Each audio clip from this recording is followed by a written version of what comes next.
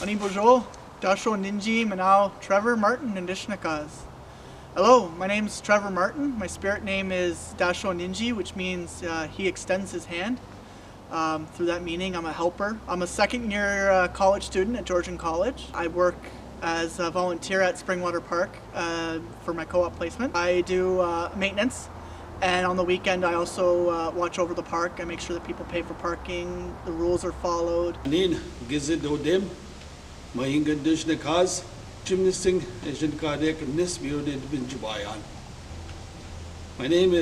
Jeff Monague, that's my Indian Act name, and my Ojibwe name, my Anishinaabe name is Monague. And I am the park manager at Springwater Provincial Park, and Springwater Provincial Park is a partnership between the province of Ontario and my community, which is the Beausoleil First Nation on Christian Island, which we call Kachimnising. It's a co-management arrangement between ourselves and the province, and we look after the grounds. There are 477 acres of property here, and all provincial park regulations apply. Everything from no drinking on the property, no picking of flowers or mushrooms or any kind of vegetation or cutting of trees. Those are actually against the rules in any provincial park in Ontario. This arrangement happened in 2015 is when we first signed on with the province, so we signed an agreement, and we are about to re-sign again for another, this time will be 6 years with the province. What we mainly do here is we provide educational experiences for young people throughout the region, and we have partnerships between ourselves and the school boards in the area. The Simcoe County District School Board, the Simcoe Muskoka Catholic District School Board, and also the French School Board as well. When we first got here, we experienced a lot of racism. There were a lot of people who didn't want us to be a part of this venture with the province. And so we had things like some of our buildings were spray painted, our windows were broken. We had a teepee that was completely set down and put on fire. Sweat lodges were also spray painted and vandalized as well. But we've come back. We just keep rebuilding. The topic racism is a very big topic. It's something that over the years I've dealt with myself, but I've learned that a lot of people think that it doesn't happen anymore, and that what happened in the past isn't going through in the 21st century, but it's still there.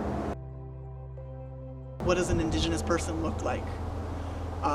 It's a question I've had my whole entire life because I am a non-status Mohawk Ojibwe person. And I've had so many people sit there in my life tell me, oh, you don't look First Nations. Well, I don't know what a First Nations person's supposed to look like. There are First Nations people that are there that are fair-skinned, blonde-haired, blue eyes.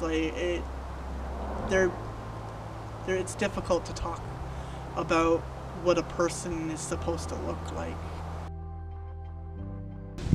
Mississauga, Algonquin, Salto, it just goes on, but nobody's ever called us who we really are, and that's the Anishinaabe. We are the Anishinaabe Nation. We are people, just like anybody else, and that this for us is an economic venture, and there's no reason whatsoever for us to be able to not have an economic venture in our traditional territory. This is still our traditional territory, and we made a living here a long time ago, and there's no reason why we still can't do that.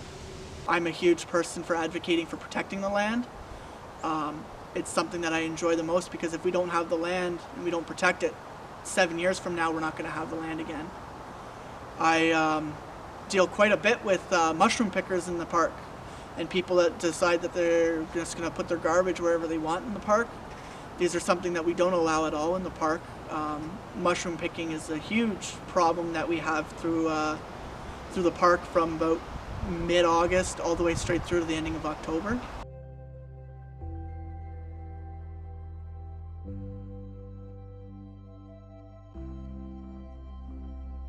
What is free? Nothing's free in the world. A lot of people have the thoughts out there that the education system for Indigenous people is free. It's not. It's not true. It's the First Nation band that you come from is actually what's paying for your education for you to go there. And there's actually a lot of paperwork behind it. Non-status, you don't get to have that.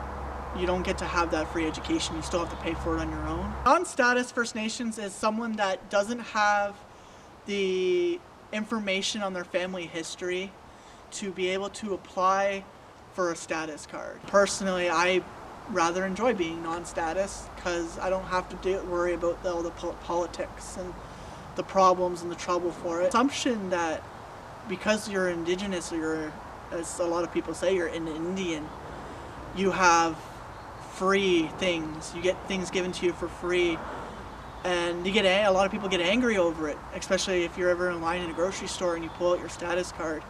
People behind you start snickering. Oh, he's gonna get a tax exempt. So we have to fight for those rights, and to have that, there's quite a bit that goes along that people don't understand, that Canada wasn't given, it was taken. And in the response of it being taken from the First Nations people across Canada, the treaties were made to give us our rights to be able to survive and live our ways. As I go along through the years and I dive into my background and I learn, I've come down to find that I am who I am. I am Dasho Ninji. He extends his hand, I'm a helper. And that's exactly what I'm meant to do.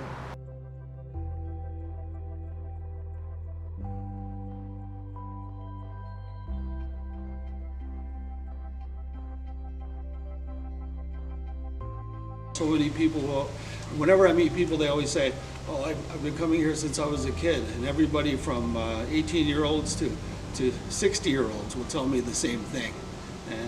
And so we try to let them have that same experience.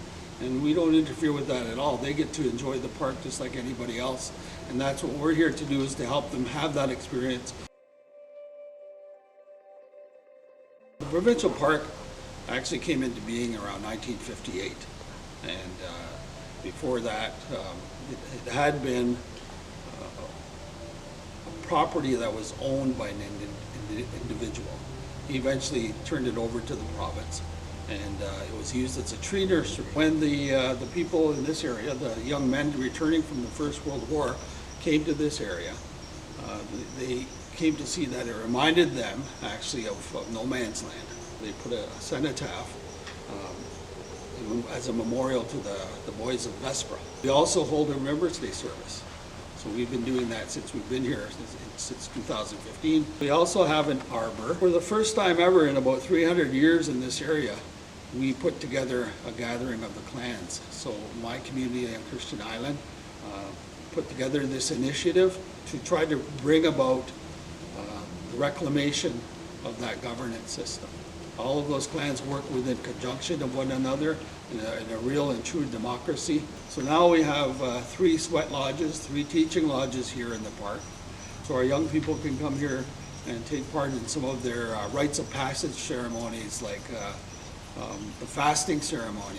Other ceremonies that we help people who are sick. By the time they leave here, after a number of ceremonies, by the time they leave here, they're walking upright again, and they're feeling much better about themselves. So we also have our little medicine garden that we have, where we grow our 4 sacred medicines. So the Anishinaabe have 4 sacred medicines, and they are tobacco, sweetgrass, sage, and cedar. The medicine wheel can be used to teach any subject that you want, anything from mathematics to science.